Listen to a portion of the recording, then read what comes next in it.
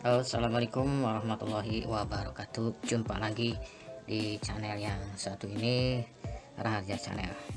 Baik sahabatku, di mana saja Anda berada, khusus bagi para pejuang pendidikan, marilah kita mencoba untuk memahami, mengenal, melihat materi tentang kerangka kurikulum. Ini produk dari Kementerian Pendidikan dan Kebudayaan, unit modul untuk pelatihan sekolah penggerak.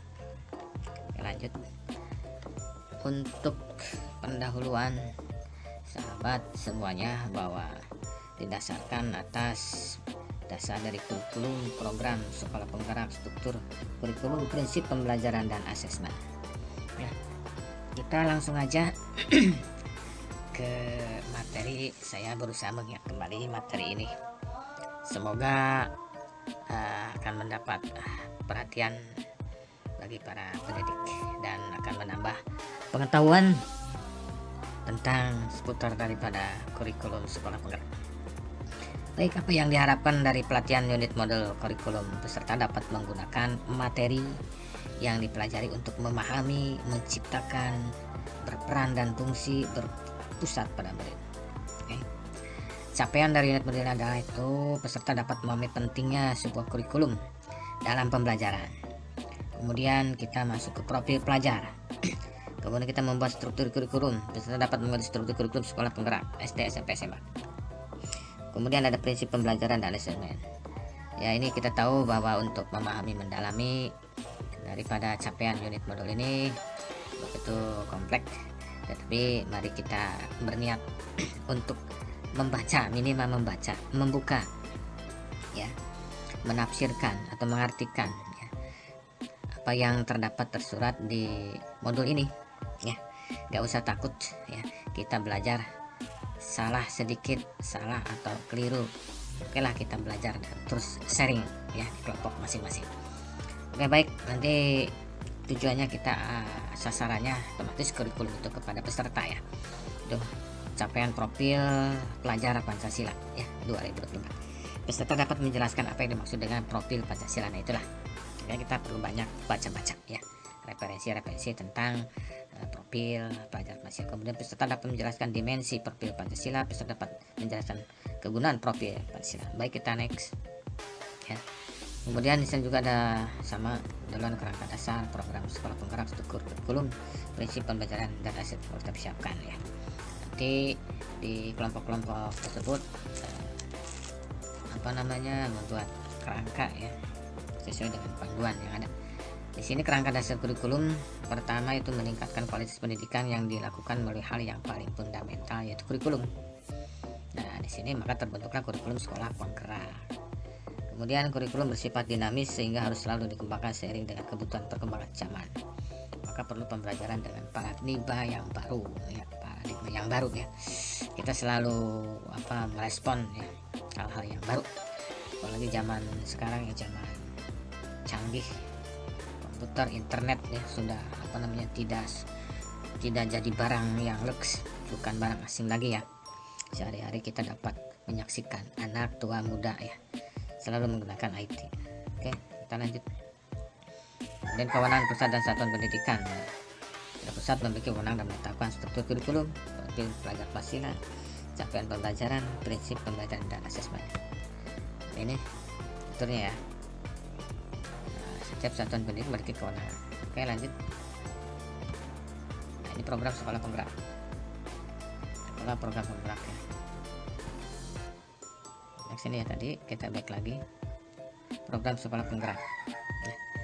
Nah, ini ada visi misi pendidikan, mewujudkan Indonesia maju yang berdaulat, mandiri dan berkepribadian melalui terciptanya pelajar Pancasila yang bernalar kritis, kreatif, mandiri, beriman, bertakwa kepada Tuhan Yang Maha Esa, berakhlak mulia, bergotong royong dan berkebinekaan.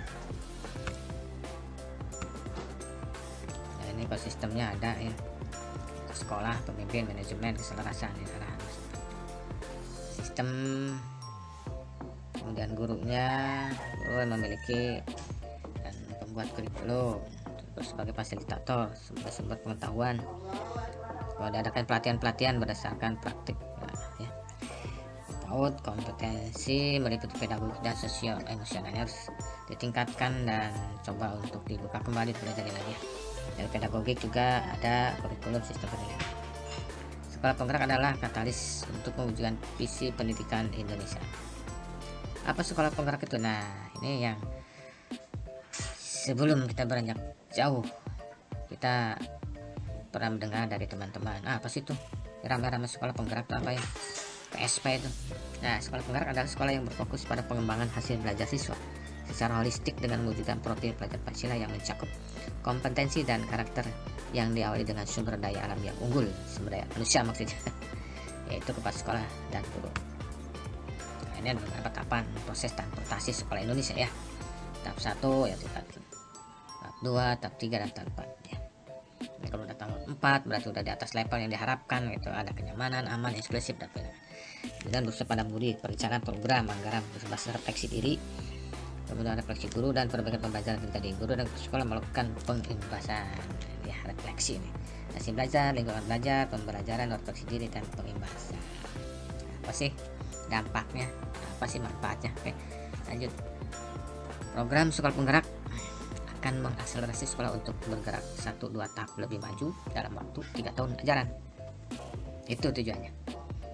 Itu coba kita lihat program penggerak, program sekolah penggerak yang berkolaborasi dengan Kemdikbud, pemerintah daerah, di ada PAUD, SD, SMP, SMA ya, swasta maupun negeri. Kondisi awal sekolah tahap 1, tahap 2, tahap 3 atau tahap 4. Kemudian durasi program 3 tahun ajaran.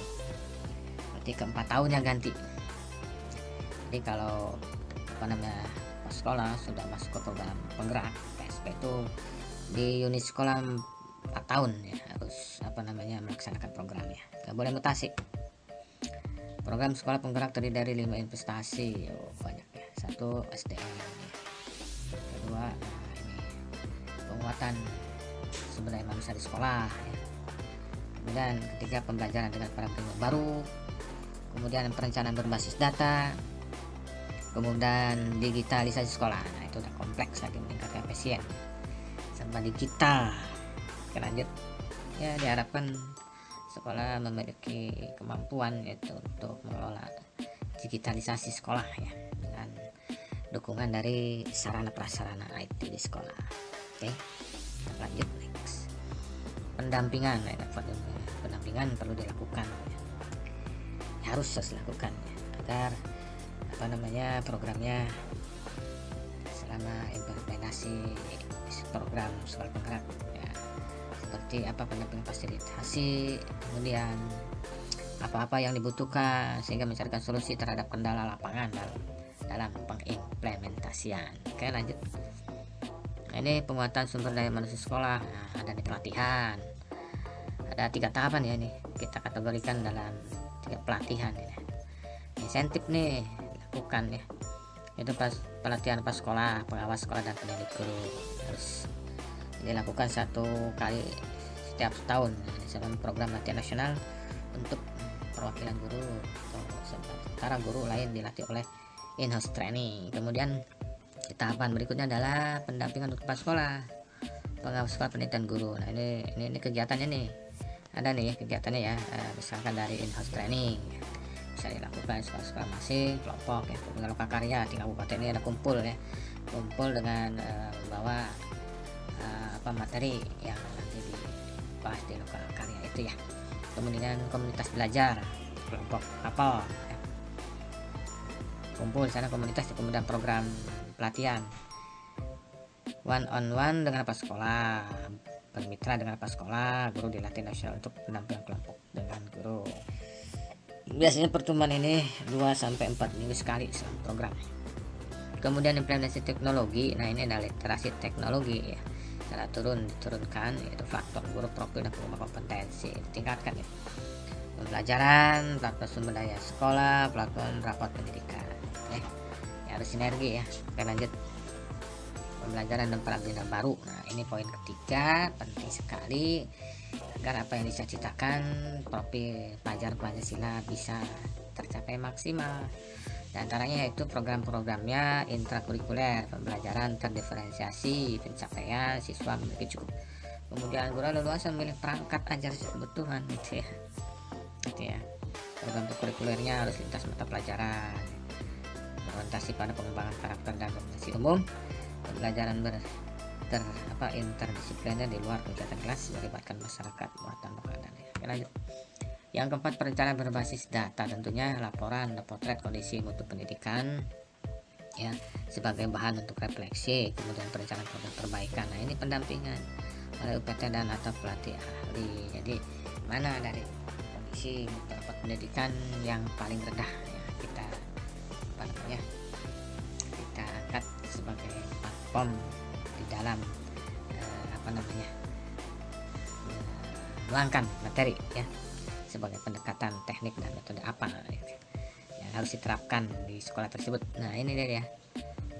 Misalnya profil gurunya yaitu dengan pengembangan potensi saya, dengan kompetensi apalah, kemudian pembelajarannya ya dengan cara apa, dengan baru ya cara ilmu baru dan pembelajaran masa kini, kemudian pelaku sumber daya sekolah apa aja nih, meningkatkan fleksibilitas, transparansi, akuntabel dalam manajemen sumber daya sekolah, itu dari bantuan operasi sekolah atau dari program PSP dan sebagainya. Kemudian raport pendidikan, dashboard, ini motret kondisi mutu pendidikan secara akurat dan otomatis dirujuk untuk evaluasi dan perencanaan. Baik, kita ke tadi 1 2 3 4 ya.